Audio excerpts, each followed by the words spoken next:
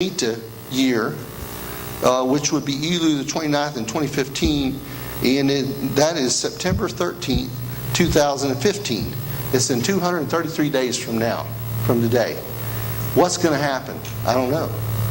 But there's a pattern here already. Ain't it unusual that 9/11 and the greatest crash we ever had happened on Elul the 29th? Exactly. So I'm just saying another thing that's going on, the 4 blood red moons, you know about those, right, over Israel. We're right in the middle of them. The last one is September 28th, 2015. So, and I don't have time to go in there, but go into that. But that's very interesting. Anyways, it's happening all together here. But our economy is in serious trouble, and people don't realize it, how bad it is.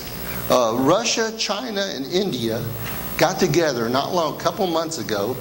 Now you think about that. Russia, China, and India. You know how many people that is? In China and India alone? They got together, and their purpose was because they realized that the United States is close to a complete and utter collapse in their economy. And they don't want it to happen to them. And they're under the petrodollar. So Russia says, I'm getting out of the petrodollar. And so does China, and so does India. They said, we want out because we don't want our economy to collapse too. So it shows us that we're very close to something big happening. I don't know what could happen on Elul the 29th, which would be September 13th. We could have our economy could collapse. We could have Russia invade us. China could invade us. Russia could send nukes and hit us. I would believe anything because because God has warned us over and over and over and over again, and we have overall the church in America has completely ignored His warnings. So anything would surprise me. I had a friend that we were talking about what could happen, about the economy, and he has a lot of investments, and he contacted me secretly, and he said, "What about if I start investing in gold? Would that protect me?" And I thought, well, all of a sudden the verse came to mind in Ezekiel 7:19. It says, "They will throw their silver into the streets, and their gold will be like refuge." And it goes on to talk about it. But I said to my friend, I said, there's going to come a time where people are going to throw their gold and silver in the street like it's worthless trash.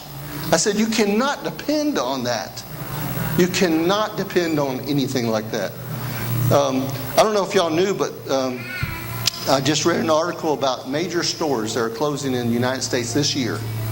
Okay, I just heard a news article saying that the economy's doing good. But then at the same time I read this article, it says that all the Targets in Canada, every one of them are closing. In the United States, there are thousands of stores closing, thousands. It said you will go to a mall by the end of this year, and a mall will be almost completely empty inside. It says thousands of stores from Best Buy, Sears, Kmart, JCPenney's, Office Depot, Office Max, Barnes & Noble, GameStop, Radio Shack, sorry about that, Gina. Okay, Macy's, Wet Seal, Aeropostale, and a whole list of others. Their stores closing. In fact, in Tennessee, there was a Burger King just recently. There's food stores too. Burger King, the manager and a bunch of people were starting to go to work. They went up to the door. They couldn't get in. The key wouldn't work. They're saying, what's going on? Key's not working. They had came and changed the locks overnight, and that store was going to be shut down. And then it had told even the manager, no one knew it. And there was like 23 employees. Everybody just lost their job, just overnight. But anyway, that's the economy. I'm telling you all this about the economy and what's going on. There's a bunch of banks in trouble. Bank of America, it says they've lost $2 billion just recently. They're in serious trouble. Have y'all seen the rash of suicides from top bankers? I was reporting on Facebook a couple of times. not hundreds, but there was like 30 or so of them mysteriously committing suicide. Top bankers, people making lots of money, more than I make, and they're committing suicide. And some of the suicides were a little sketchy. I don't know if it was suicide or not. But one guy, suppose he shot himself in the head with a nail gun 8 times. I don't know how you can do that, commit suicide, I think. But anyway, these are top bankers. People making a lot of money. Something's going on. And we need to wake up to it. Okay, all that's the introduction. I'm starting my lesson right now. Okay. The point is we... yes, it would probably do you good to put aside some food and water. I'm just telling you should. But you better prepare spiritually for what's coming, because that's the only thing that's going to save you. That's the only thing that's going to get you through what's coming your way, is to prepare spiritually. In Europe is a mess right now. There's 50 million Muslims there, and the Jewish people, especially in France, they're trying to flee by the thousands. There's 50,000 of them just recently applied to leave everything they got in France, their home, their cars, their businesses, and extradite to Israel. In fact, Israel does this little briefing about how to do that for people coming out of Europe. They used to do 1 a month. Now they have to do 2 a day, because there's so many trying to flee Europe because they see what's coming. I mean, people are right in the streets carrying signs saying, "Gas the Jews." They're turning against the Jewish people everywhere in Europe, all over. Europe's in serious trouble.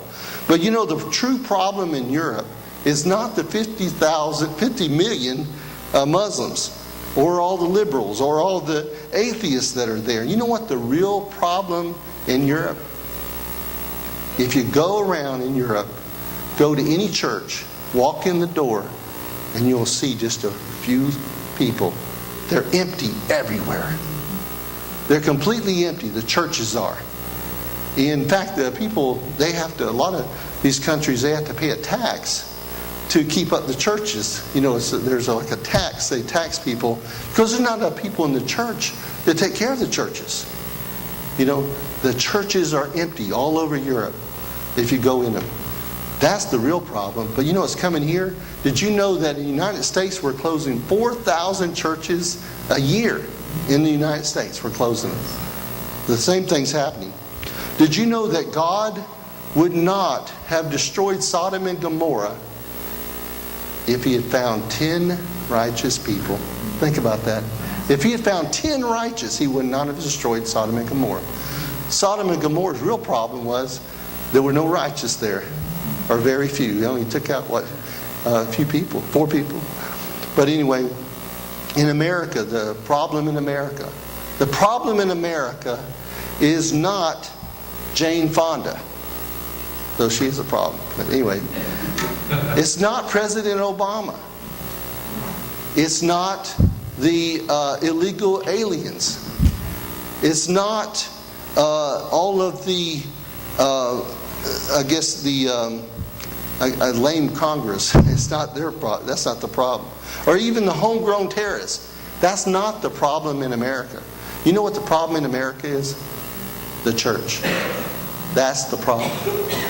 That is the problem, and the core problem. And it's about time that we admit it. That's the real problem in America. Okay? That's why I'm doing this lesson. We are right now in the great falling away. You're seeing it happen right before your eyes. Have you ever heard of Chrislam? The mixture of Islam and Christianity?